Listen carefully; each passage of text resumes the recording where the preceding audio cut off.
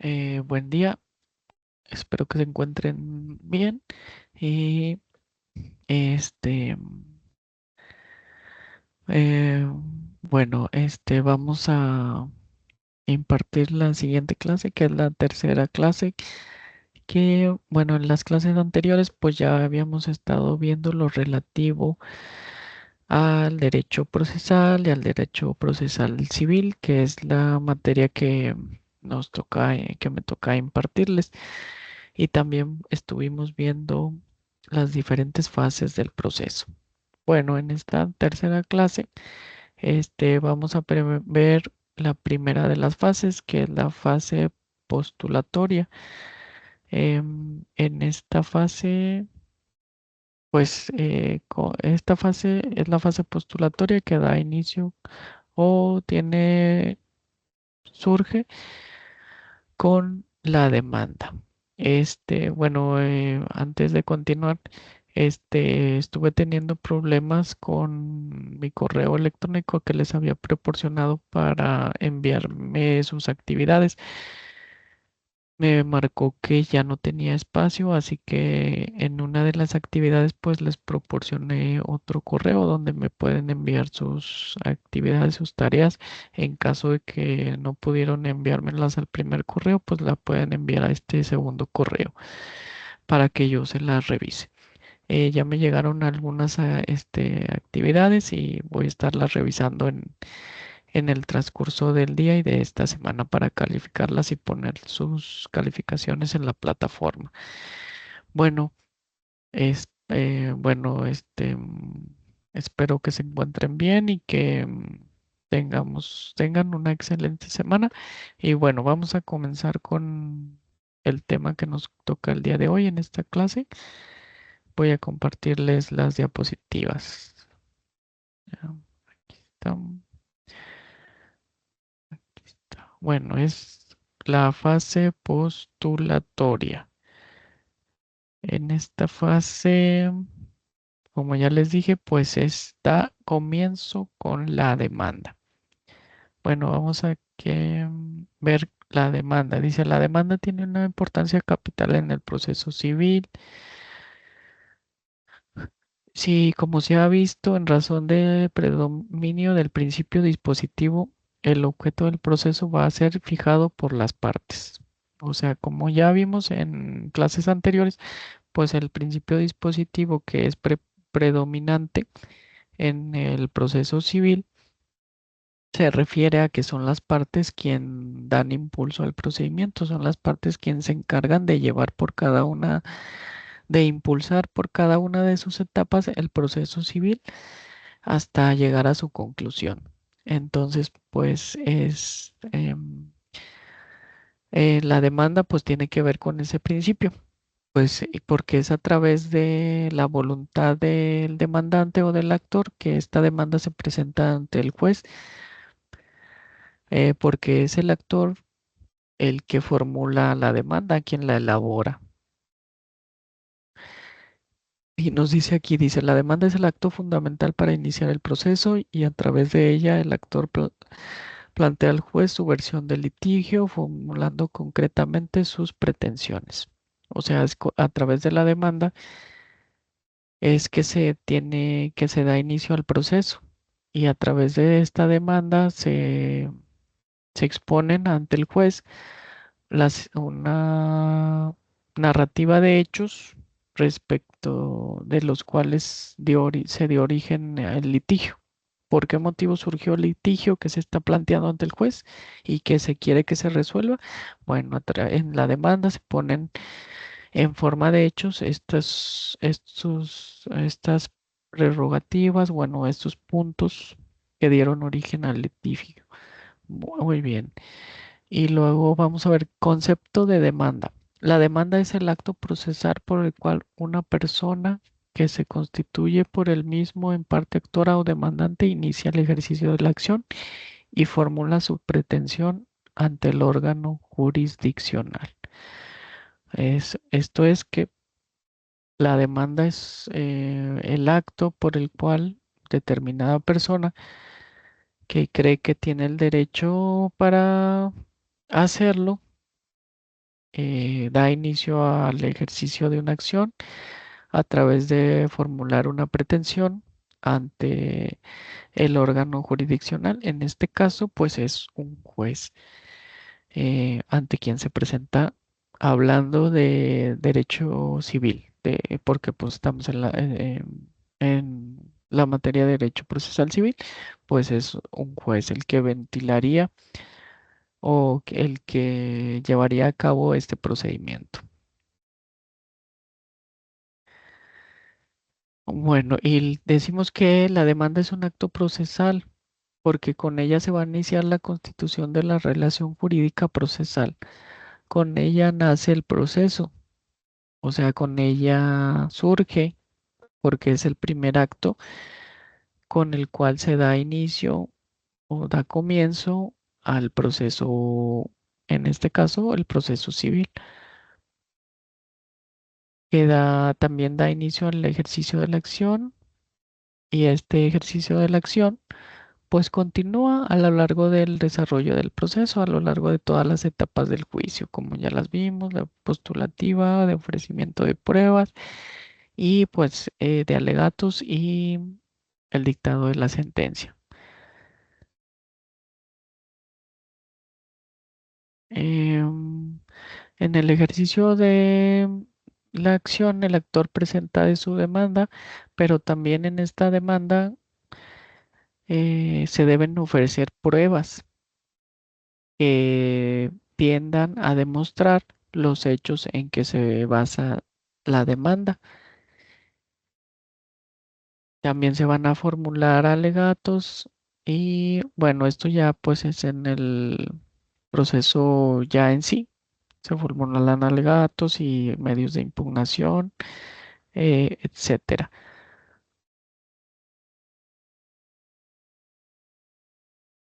Bueno, aquí en la demanda es donde la parte actora formula lo que le reclama a la parte demandada.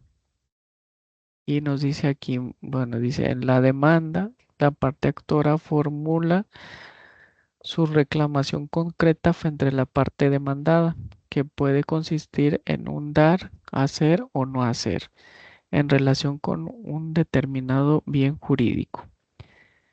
Em, en relación a la pretensión que puede consistir en un dar. Bueno, pues ahí nos podemos referir al pago de una suma de dinero. Cuando el pleito o el litigio deriva de un incumplimiento del pago de una cantidad de dinero, pues ahí en la demanda nosotros debemos de poner cuál es el monto que le estamos reclamando a la contraria, en este caso el demandado. Ahí sería una obligación de dar el pago, que se haga el pago, o también podría ser una obligación de dar, mm, de hacer.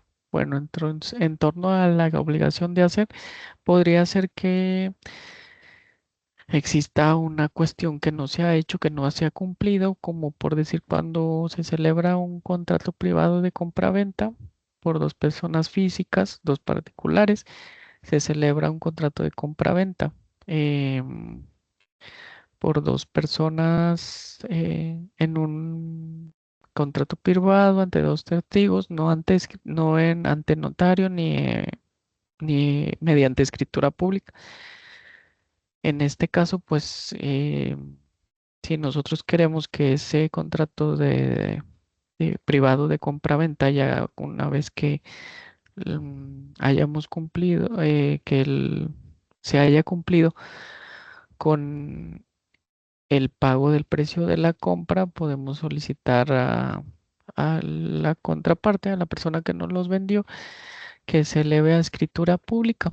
Y en caso de que no quiera cumplir, pues podemos acudir ante un juez de naturaleza civil para solicitar que se cumpla con esa obligación, que sería ahí el caso de un hacer, que lo haga, que nos otorgue ese contrato, que se dé una certeza a ese contrato, elevándolo en una escritura pública. ¿Y qué sería? en un no hacer. ¿Qué se entiende por no hacer? Pues yo eh, podemos entender como que se abstenga de realizar ciertos actos, mm, de realizar ciertas acciones, que se abstenga, a eso nos podemos referir. A eso se refiere el no hacer. Eh, o no hacer en determinado, con relación a un determinado bien jurídico. Un bien jurídico pues puede ser un inmueble. Un no hacer puede ser en el caso de un inmueble, la ley, pongamos el ejemplo, una casa que es propiedad de cierta persona. Tenemos que un día está el propietario del bien, va está a visitar bueno, vamos a decirlo, es un terreno. Tiene un terreno y bueno, pues no vive ahí, sino que lo visita esporádicamente, pero en una de esas visitas se da cuenta que ese terreno que él tiene se encuentra invadido por un tercero, una persona que no tiene derecho a estar allí en posesión de ese inmueble, que no es propietario. Entonces, en este caso, pues la legislación procesal, la legislación civil establece qué tipo de acción tiene uno como propietario para este para que no se le violente ese derecho de propiedad y de posesión, y como consecuencia que es propietario tiene el derecho a poseer ese bien, pero se le encuentra privado de ese derecho en atención a que hay un tercero que está ahí ocupando ese terreno. Entonces, pues él puede acudir ante el juez civil, ante hablar demanda, solicitando que esa posesión se le restituya. Ahí sería un no hacer, que se abstenga al que le vamos a reclamar, que nos regrese la posición, que se abstenga de seguir poseyendo ese bien sin el permiso, sin derecho alguno. Bueno, ahí sería una que se abstenga de continuar con esa, esa posesión. Ahí sería un ejemplo de una obligación de no hacer en relación con determinado bien jurídico. Muy bien. Ahora que ya establecimos, pues, qué es la demanda, pues, bueno, cuál es la importancia, ¿verdad?, de la demanda. Ahora vamos a ver que para el que se pueda elaborar una demanda, se requiere que se cumplan con ciertos requisitos. ¿Cuáles son estos requisitos y dónde se encuentran contemplados?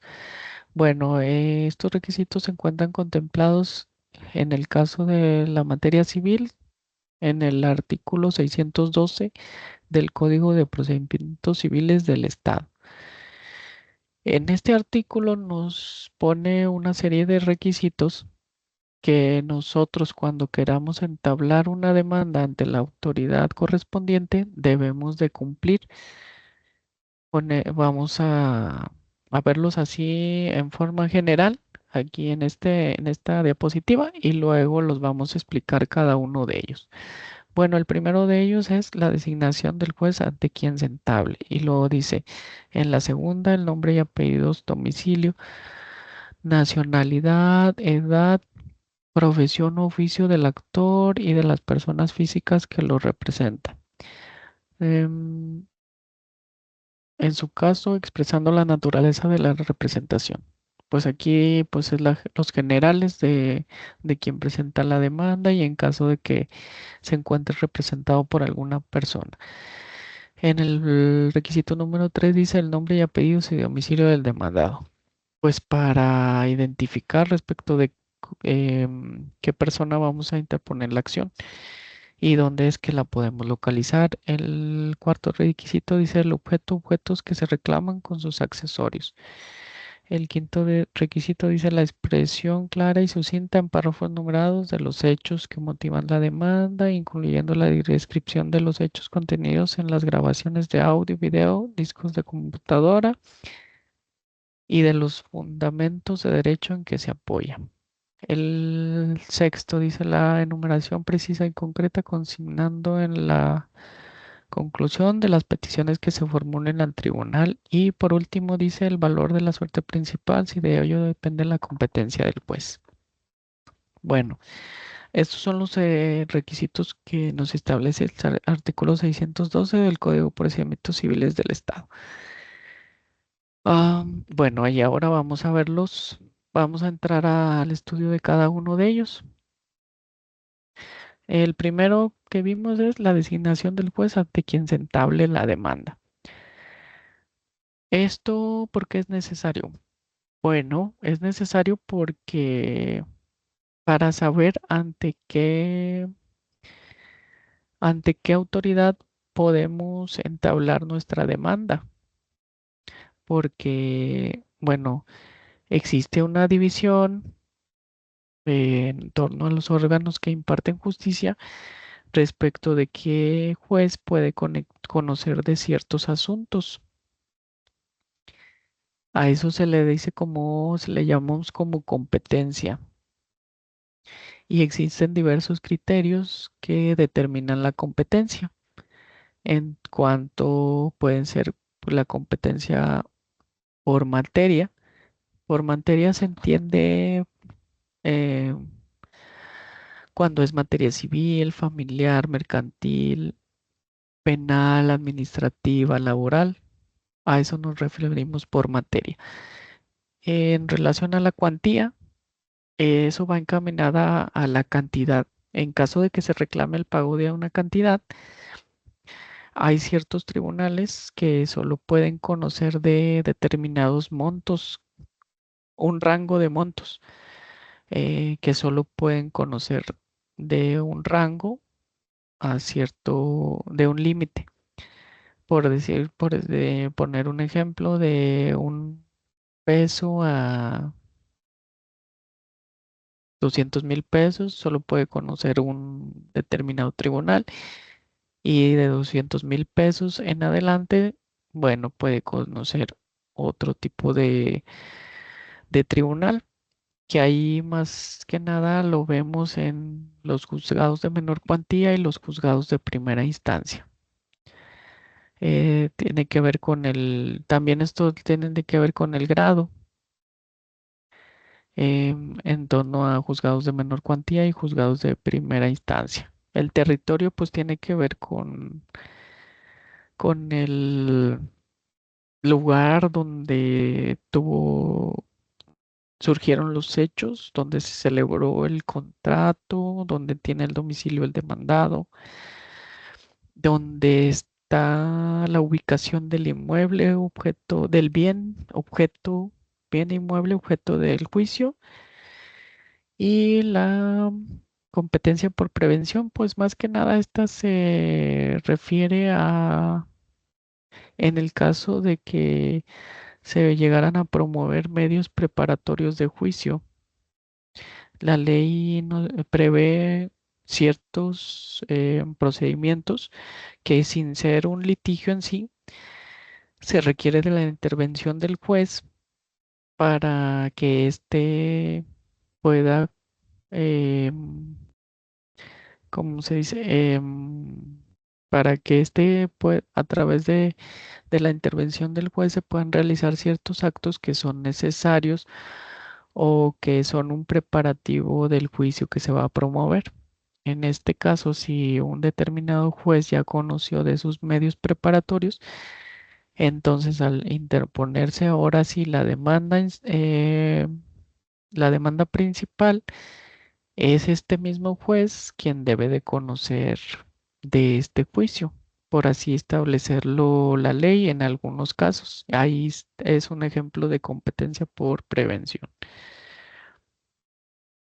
Bueno, ya que vimos el primero de los requisitos y por qué es necesario, vamos a ver ahora lo relativo a que debe ponerse en la demanda los generales de la parte actora, como son el nombre y apellido, domicilio, nacionalidad, edad, profesión y oficio.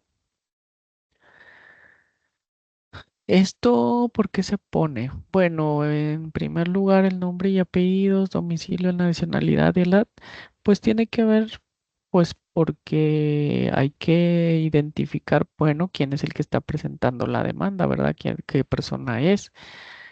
Y luego también en relación a la edad, profesión, todas estas cuestiones, pues también están relacionadas con este la capacidad procesal de quien comparece a juicio a entablar una demanda. Pues tiene que ser un mayor de edad, que tenga pleno ejercicio de sus facultades, que no tenga una condición especial que no le permita mm, valerse por sí mismo o hacer pleno ejercicio de sus derechos, ¿verdad? Más que nada también va encaminado a esa cuestión,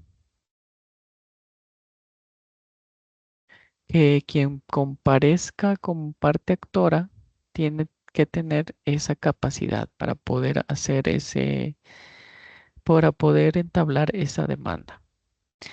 Bueno, ¿y qué pasa cuando es una persona un menor de edad, por ejemplo?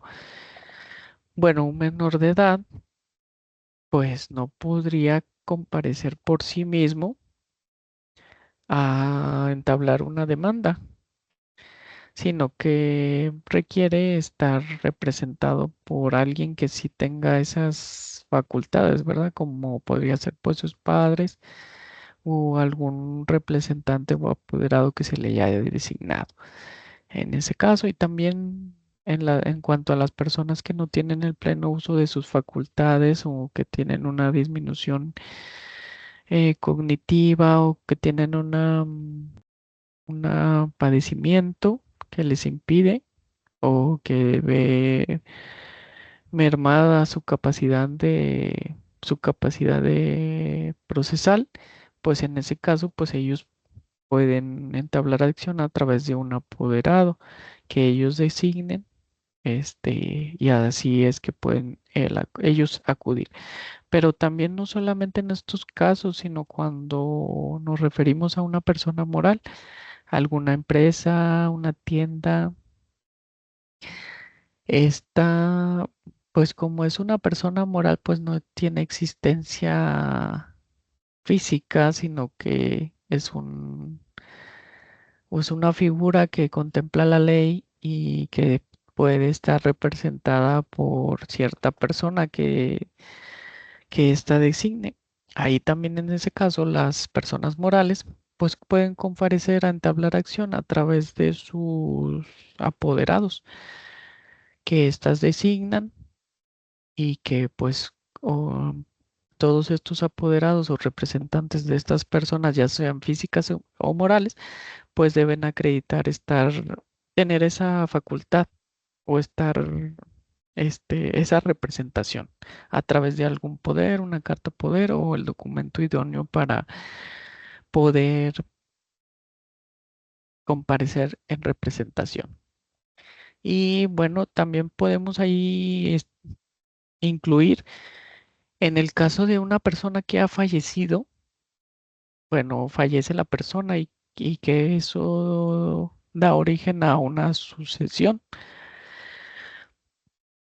Tiene, da inicio en la sucesión de esa persona que falleció, pero esa persona que falleció, sus obligaciones, derechos, bienes se encuentran representados o tienen, bueno, surge la figura de la sucesión. Entonces esa sucesión para, tiene una representación que establece la ley, que es a través de la albacea. En este caso, pues ese albacea puede comparecer a juicio a entablar la demanda en representación de la sucesión de determinada persona, bueno, que ya falleció. En ese caso, pues también hablamos de una que se puede comparecer en representación de una persona física. En, bueno, en representación de la sucesión que tuvo lugar como motivo del fallecimiento de una persona. Eh, a eso nos referimos en lo relativo a este requisito, que es los generales de la persona que está demandando. Por otra parte, tenemos el domicilio. Dice el domicilio que se señale para oír y recibir notificaciones debe estar ubicado en el lugar del juicio. Bueno, este requisito es importante porque que lo contenga la demanda, porque dentro del procedimiento se van a dictar una serie de actuaciones de autos, se llaman autos, resoluciones, que en determinado caso es necesario que se le haga del conocimiento a las partes. ¿Cómo se hace del conocimiento a las partes? Bueno, se le tiene que informar de esta resolución que se dicte a las partes. Esto lo hace el actuario, que es la figura que la ley contempla, que se encarga, la ley orgánica del Poder Judicial de Nuevo León, que establece que es el funcionario que se va a encargar de realizar esta notificación, este aviso a cualquiera de las partes. Pero por eso es necesario que se señale un domicilio donde se pueda localizar a la parte, en este caso la parte actora, para que se le pueda hacer de su conocimiento de las resoluciones que se dicten en el juicio cuando así se lo requiera. Y este domicilio pues debe estar ubicado en el lugar donde se lleva a cabo el juicio, porque en ese lugar o en el lugar que tenga jurisdicción el juez es donde tiene la facultad para poderle notificar, ¿verdad? Entonces, por eso es necesario el requisito que se precise el domicilio. En este caso, el domicilio de la parte actora. Ahora vamos con el siguiente requisito. Dice el nombre y apellidos y domicilio del demandado. ¿Esto para qué es necesario? Pues primeramente porque nosotros tenemos que precisar en la demanda respecto de en contra de quién estamos entablando esa, el litigio. Mm, O sea, ese es con el objeto de que se le haga saber de la existencia de la demanda y pueda contestar. Por eso se debe precisar el nombre y apellido y domicilio del demandado donde lo podamos localizar y también porque, como ya lo hemos visto en anteriores clases, pues también existe en derecho procesal civil rige el principio de contradicción, que es precisamente si nosotros presentamos una demanda, entonces, y esta se admite por el juez, lo que procede es emplazar a la parte demandada y hacerle saber de que existe una demanda que está entablada en su contra. Ah, eh, para esos efectos es necesario el nombre y apellido y domicilio del demandado. Pero, ¿qué pasaría en dado caso que el domicilio que señalamos en la demanda ya no se localice ahí al demandado? Bueno, en esos casos es necesario que si ya no se localiza ahí por decir, va el actuario y hace de cada notificación que se hace a cada una de las partes, el actuario levanta un acta donde establece que se le notificó y con qué auto se le notificó, hace constar los pormenores de la notificación, de que él fue y le hizo sabedor a la parte correspondiente de que se tenía que enterar de esa resolución. Pero ¿qué pasa si el actuario va, y resulta que ese domicilio que se señaló para emplazar al demandado, pues ya no vive ahí, ya viven otras personas em, o ya no existe ese domicilio, es una casa abandonada, ¿verdad? Bueno, pues en ese caso mm, existen diversas formas em, para poder realizar esa notificación, ese aviso a la parte contraria de que existe una demanda en su contra. Bueno, se tendría que hacer una búsqueda en que tiene que solicitarse por las partes, por la parte actora, para que se proceda a hacer una indagación, a indagar, que proceda a indagar dónde podría localizarse o dónde podríamos encontrar, en qué domicilio podríamos encontrar a la parte demandada. Esto a través de la búsqueda que se ordene girar y realizar solicitando ayuda de diversas dependencias que contengan, dentro de las cuales en sus archivos se cuenten con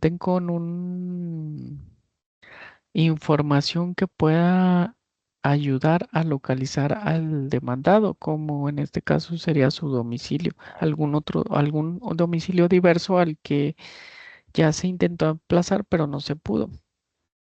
¿Qué dependencias serían en este caso? Bueno, pues serían algunas dependencias relacionadas con las que nos brindan los servicios públicos, servicios básicos como agua, luz, gas, teléfono, televisión por paga, algunos registros del Estado, registro público, este, registro civil, am, dependencias, pues en este caso también podría ser el Instituto Nacional Electoral, dependencias que en sus archivos tengan datos, eh, puedan tener datos de ubicación, de domicilios de personas, como en este caso ya todas las dependencias que ya les mencioné. Y una vez que he hecho la indagación correspondiente en este tipo de dependencias y si en dado caso de que no llegara a obtenerse un resultado que no es favorable, este, aún obteniéndose este resultado, pues aún así se puede materializar el emplazamiento, pero esto ya sería a través de publicación de edictos, según lo establecido por el artículo 78 del Código de Procedimientos Civiles del Estado.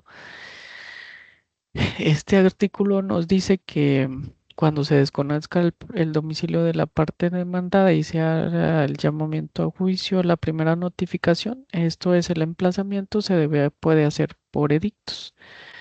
Una vez que ya se agotó con esa búsqueda en diferentes dependencias, pues ahora sí se puede hacer este emplazamiento a través de edictos. ¿A qué nos referimos con edictos? Bueno, los edictos son, vamos a decirlo así, una publicación que se hace en el periódico de mayor sí, en el periódico de mayor circulación del lugar donde se planteó el juicio, se presentó la demanda, para que en ese periódico en determinado apartado se ponga un aviso donde se establezca que hay un juicio promovido por tal persona en contra de tal persona y que se le reclaman ciertas prestaciones y que se encuentra ventilado ante cierta autoridad. Esto que con el fin de que al ser el periódico un instrumento de difusión, vamos a por decirlo así, masiva de noticias, pues tiene más un alcance mayor em, para que en dado caso pueda enterarse la parte demandada a través de este periódico que existe un juicio en su contra y comparezca ante el juez ante el juez que se entabló la demanda a- a- y se imponga de la demanda y de los documentos que se anexan a la misma. Ahí, en ese caso, es un emplazamiento por edictos que se encuentra contemplado en el artículo 78 del Código de Procedimientos Civiles del Estado. Ahora bien, el siguiente requisito dice el objeto u objetos que se reclaman con sus accesorios. Am, el objeto, bueno, u objetos. El objeto, pues puede ser eh, una prestación de dar. Una prestación de dar, ¿a qué nos referimos? Pues puede ser el pago de una cantidad, de un contrato de préstamo entre particulares, el pago del precio por la compraventa de un inmueble, el pago de las rentas por el arrendamiento de un inmueble. A eso nos referimos con las obligaciones de dar. Obligaciones de hacer. Bueno, en las obligaciones de hacer, pues creo que me parece que ya les había puesto algún ejemplo de las que ya vimos que sería como cuando se pide el otorgamiento en escritura pública de un contrato de compraventa. Esa sería una obligación de hacer em, porque va encaminada a que el demandado em, se le requiera para que cumpla con una obligación. Y las obligaciones de no hacer están encaminadas a que la contraparte se abstenga de seguir realizando cierta acción en contra de la parte actora. A eso nos podemos referir en lo relativo a obligaciones de dar, de hacer o no hacer. Aquí también dice bueno, el objeto u objetos, pues puede en relación el objeto puede ser en relación a un bien, puede ser en el caso de una compraventa, pues es el inmueble objeto de la operación de compra. En un arrendamiento, pues también es el inmueble arrendado. Ese es el objeto. A eso nos podemos referir eh, en relación a cuando decimos el bien sobre el que recae la conducta pretendida. A eso nos referimos cuando hablamos del bien. Muy bien. Ahora, ya que precisamos todos estos requisitos, ahora en la demanda tenemos que establecer los hechos que la motivan. Dice, estos hechos se deben numerar y narrar sucintamente con claridad y precisión, de tal manera que el demandado pueda preparar su contestación a la demanda. Sí, pues sí, este es un apartado que es importante que nosotros lo planteemos de una manera adecuada, clara y precisa, porque este sería por decirlo así, la base o el sustento de nuestra demanda, que son los hechos que motivan la acción. En este apartado de hechos, usualmente o por estilo se dice que, a ver, esperen. Sí, bueno, esto es por disposición así expresa de la ley que dice que la exposición de los hechos debe estar en el punto 5, dice que debe estar en párrafos numerados. O sea que nuestra demanda, nosotros vamos a desarrollar en un apartado que vamos a llamar como de hechos, vamos a poner de una manera, en párrafos numerados, cada uno de los hechos que motivaron la demanda. Vamos a poner un ejemplo, un contrato de arrendamiento donde el arrendatario incumplió con el pago de las rentas de 20 de 5 meses, vamos a ponerlo así.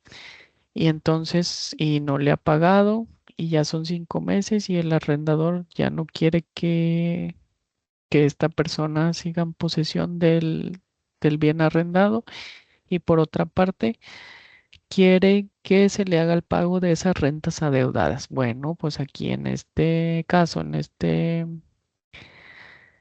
en esta contienda que surge con motivo de este contrato de arrendamiento, ahí en el apartado de hechos nosotros tendríamos que poner por decir, cuál es el documento cuál es la relación contractual que une a las partes, pues en este caso un contrato de arrendamiento.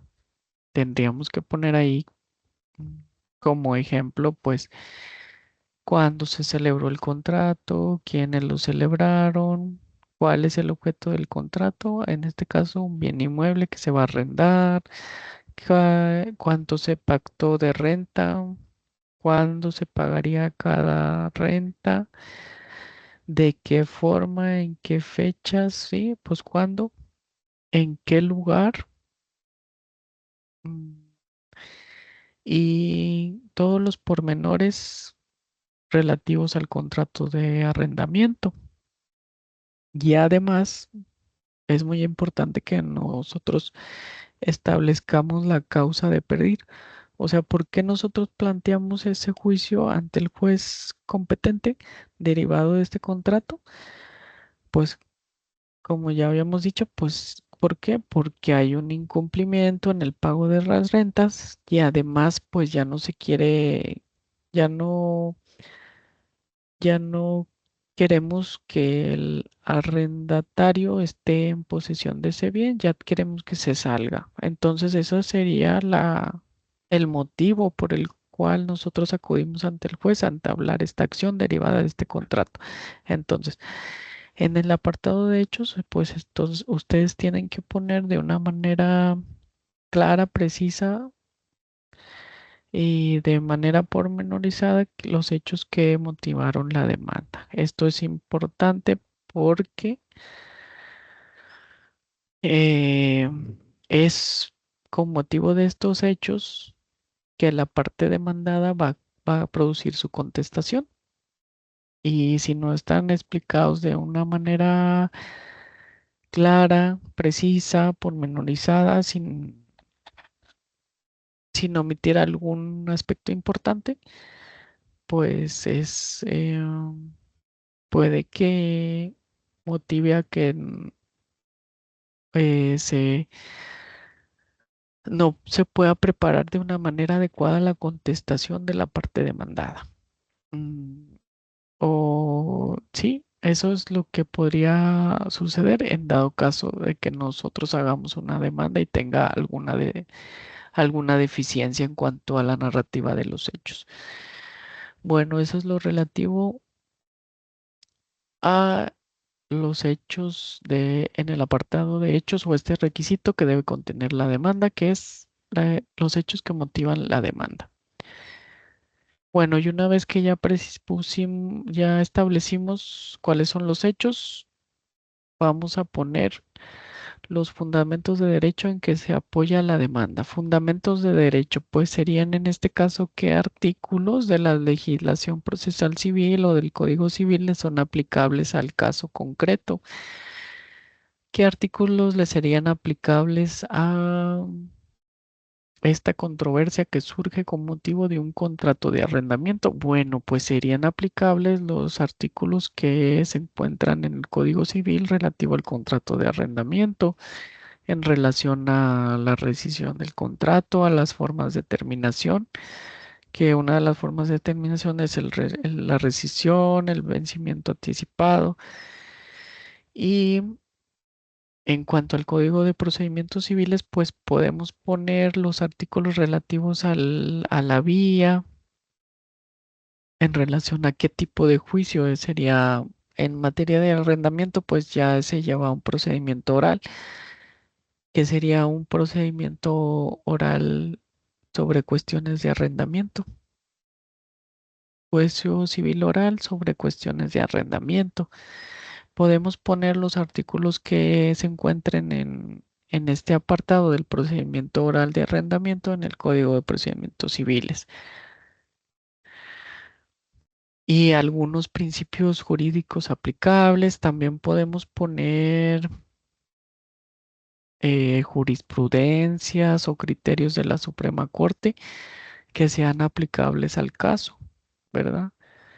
Y también, como ya les dije, pues la clase de acción, ¿qué acción es? Pues en acción de arrendamiento, rescisión de contrato de arrendamiento y de pago de rentas, mm, el pago de una cantidad, cuando se quiere la rescisión de un contrato, rescisión de contrato, etcétera. Bueno, entonces, en cuanto al fundamento de los derechos de que se apoyan la demanda, a eso nos referimos. Y tenemos también como otro requisito los puntos petitorios. ¿Qué son los puntos petitorios? Bueno, son las solicitudes que se realizan al juez en virtud de la interposición de la demanda. Bueno, ¿qué solicitudes le podemos hacer al juez? Pues le podemos establecer que si la encuentra ajustada a derecho a la demanda, pues que se admita, que podemos solicitar la autorización en dado caso que, que sea una persona, vamos a decirlo así, una persona que no conozca del derecho. Bueno, esa persona puede acudir al juicio a entablar demanda por sus propios derechos para que se inicie un procedimiento, pero esta persona puede designar a alguien que la represente dentro del juicio, un abogado en este caso. Entonces la legislación procesal civil establece que en este caso, establece que las partes pueden autorizar a abogados que se encuentren facultados, que tengan ese carácter de abogado, esa especialización, por decirlo así, para que puedan comparecer dentro del procedimiento a gestionar las acciones conducentes para que para que pueda el procedimiento llevarse por todas sus etapas cuando el promovente pues no es una persona que se encuentra, que tiene conocimientos jurídicos. En estos casos, pues ahí en los puntos petitorios podemos solicitar que se autorice a cierta persona con el fundamento correspondiente que consideremos que es aplicable. Y eh, también pueden solicitar, atendiendo a los avances tecnológicos que existen hoy en día, el Poder Judicial del Estado de Nuevo León ha creado una plataforma electrónica donde las partes pueden consultar sus juicios. Entonces, atendiendo a esta innovación o esta herramienta, ahí también podríamos solicitar al juez que nos dé acceso a esta plataforma electrónica a través mediante un usuario, un nombre de usuario que nosotros previamente dimos de alta para poder consultar el expediente de manera electrónica y no solamente física yendo al juzgado y checar todos los autos del expediente. Pues el expediente es pues más que nada un libro donde se contiene la demanda y se van glosando todas las resoluciones que se vayan dictando en virtud de ese procedimiento. Y a este libro se le asigna un número con el cual se identifica. A eso se le llama el expediente.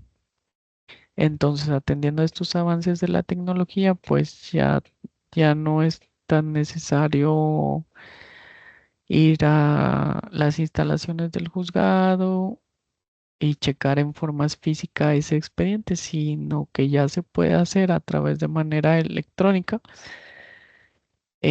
por medio de de esta herramienta que es el Código de Procedimientos Civiles lo contempla, que es el Tribunal Virtual. Muy bien, entonces a eso nos referimos cuando decimos los puntos petitorios. Ahora, otro de los requisitos es el valor de la suerte principal. El valor de la suerte principal. Este se refiere a la suma de dinero cuyo pago se requiere a la parte demandada en los casos en que así lo amerite.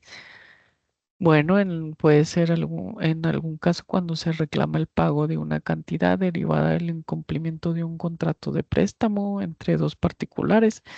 Ahí sí debemos establecer cuál es el valor de la suerte principal, cuál es el monto de la cantidad que se adeuda, sin tomar en cuenta intereses y demás prestaciones accesorias.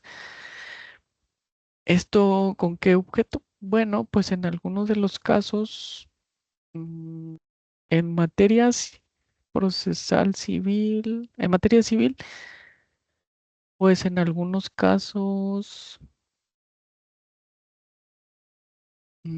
es necesario, se debe poner el monto de la suerte principal para fijar la competencia del juez. Em, y derivado de ciertos procedimientos, teniendo su tramitación, pues se debe de establecer el valor de la suerte principal porque es el monto que se le va a requerir. Hablando del procedimiento, el juicio ejecutivo civil, hablando del juicio ejecutivo civil, al momento de emplazar, se le requiere de pago a la parte demandada. Entonces, por eso también es importante poner el valor de la suerte principal en cuando sea uno de estos casos un procedimiento ejecutivo civil. A eso nos referimos en relación al valor de la suerte principal, porque es necesario o es importante o, válgame, es un requisito. ¿Por qué es un requisito? Porque se requiere para estos efectos, para determinar la competencia y en ciertos procedimientos, porque como el juicio ejecutivo, porque es la cantidad que se le va a requerir a la parte demandada, requerir a la parte demandada este, al momento del emplazamiento. Muy bien. Este, y ahora, una vez que ya hemos precisado conforme al artículo 612, cuáles son los requisitos que debe contener una demanda, vamos a ver cuáles son. Además, o sea, la demanda no solamente es la interposición o elaboración de la demanda y presentar esta al juez competente, sino que esta debe ir acompañada de ciertos documentos para que tienen diversos efectos. eh, que estos documentos están precisados en el artículo 614 del Código de Procedimientos Civiles. Pero bueno, que se me hace que este tema vamos a continuar en la siguiente clase para verlo con mayor detenimiento porque pues es importante conocer son los documentos que debemos acompañar necesariamente a la demanda de conformidad con el artículo 614 del Código de Procedimientos Civiles del Estado. Entonces, en esta clase hasta aquí le vamos a dejar y en la siguiente clase ya vamos a continuar con este tema de los documentos que se deben acompañar a la demanda. Bueno, entonces, de mi parte, pues sería todo. Este, como ya les dije, pues si no me han mandado sus actividades y o tuvieron problemas con el envío, atendiendo a que pues ya no tenía espacio en el correo que les había proporcionado, pues me los pueden enviar al nuevo correo para yo calificarlos. Este, y de igual manera, en el nuevo correo que les proporcione, pues ahí me pueden mandar cualquier duda que ustedes tengan en relación a la clase o en relación a alguna actividad, una tarea. Ahí también ustedes me pueden mandar correo. Ya vi que ya me mandaron algunas de las actividades que se encargaron en las clases pasadas. Voy a revisarlas para poner su calificación en la plataforma. Este, mm, ustedes como quiera, bueno, yo les cito artículos del Código de Procedimientos Civiles. Ese lo pueden encontrar si ustedes quieren leerlo o este, ese pues está en las páginas del Congreso. Lo pueden encontrar en PDF o en formato Word. Solamente pues pónganle ahí en Google, en Código de Procedimientos Civiles del Estado de Nuevo León y ahí les va a salir para descargar. Siempre fíjense que sea la última reforma, para que se pues sea el más actualizado. Ahí pues contienen las reglas que se deben seguir para los procedimientos que hay en la rama de Derecho Procesal Civil, que es la legislación en la que nos vamos a estar también basando aquí para impartir las clases y también en el Código Civil del Estado.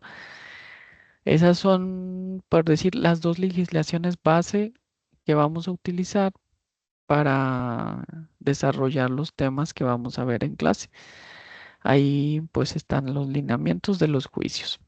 Entonces, si ustedes tienen chance de consultarlos o tenerlos ahí en sus archivos, pues pues sí, pues estaría muy bien que pues, lo consulten y lo tengan ahí porque les va a servir pues para el ejercicio de nuestra profesión, bueno, de mi profesión y ustedes que en un futuro pues van a ser eh, abogados para poder desempeñar esta noble profesión, pues, y estos códigos pues les van a servir. Bueno, entonces de mi parte sería todo. Les deseo que tengan una excelente semana. Dios los bendiga y pues nos vemos en la siguiente clase. Vamos a ver. Bueno, me despido. Hasta luego.